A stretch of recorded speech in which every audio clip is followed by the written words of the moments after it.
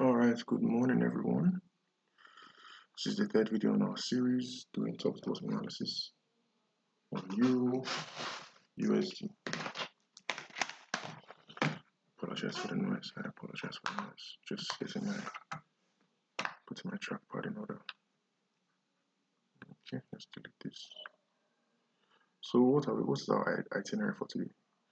Well, yes, not yesterday, but this is the third video on the series top to bottom analysis on Euro USD. And what we did first was to identify our zones on the daily time frame and the weekly time frame. After that, on the second video, we identified our trend lines on the daily time frame as well as the weekly time frame. Now we're going to identify our trend origin and mark out our market structure.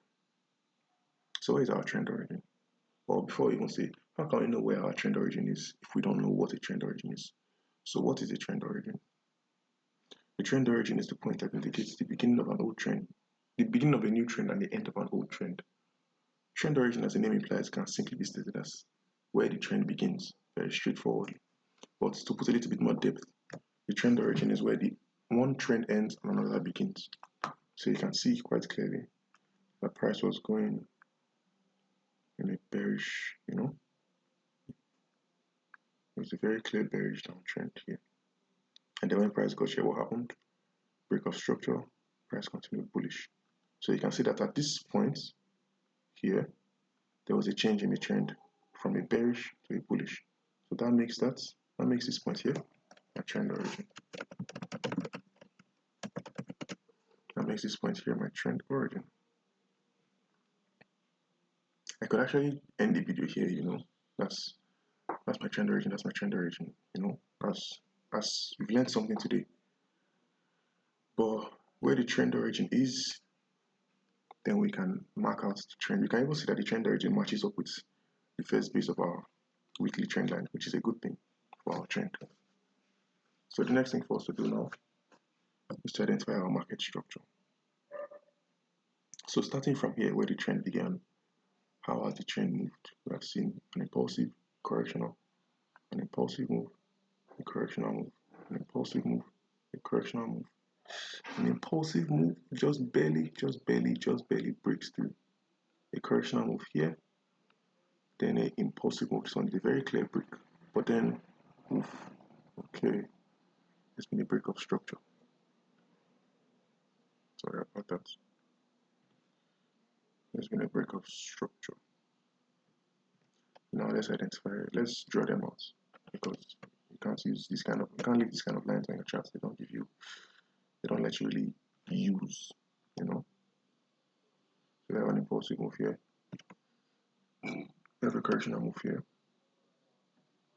The reason why I use these lines on my charts, the path, is just to help me identify exactly where the impulsive and correctional moves are before I mark them out properly on my chart.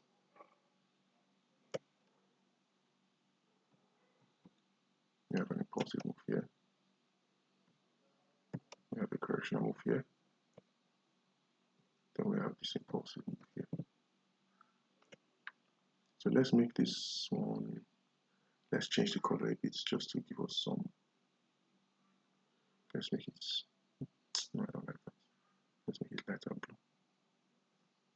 Let's make it a light blue. But you know what, let's not bother changing it too much. Let's just add text. Okay, so this is now a broken lower high. So now we can delete this guy here. So you can see the price went impulsive, correctional, impulsive, correctional, impulsive, correctional, impulsive, correctional. But you could call it higher high, higher low, higher high, higher low, higher high, higher low, higher high, higher low. But then at this higher low, price broke below it. And the rules of our uptrend, or the rules of market structure, tell us that price will continue in an uptrend as long as it keeps breaking highs and not lows. But if it breaks a low, then that means that the trend is probably about to end, and we're likely to enter into a downtrend, or maybe even just a ranging market. So that's it for this video. On the next video, we'll do some real price study to understand what to do and if there are still any potential trades to be taken considering this broken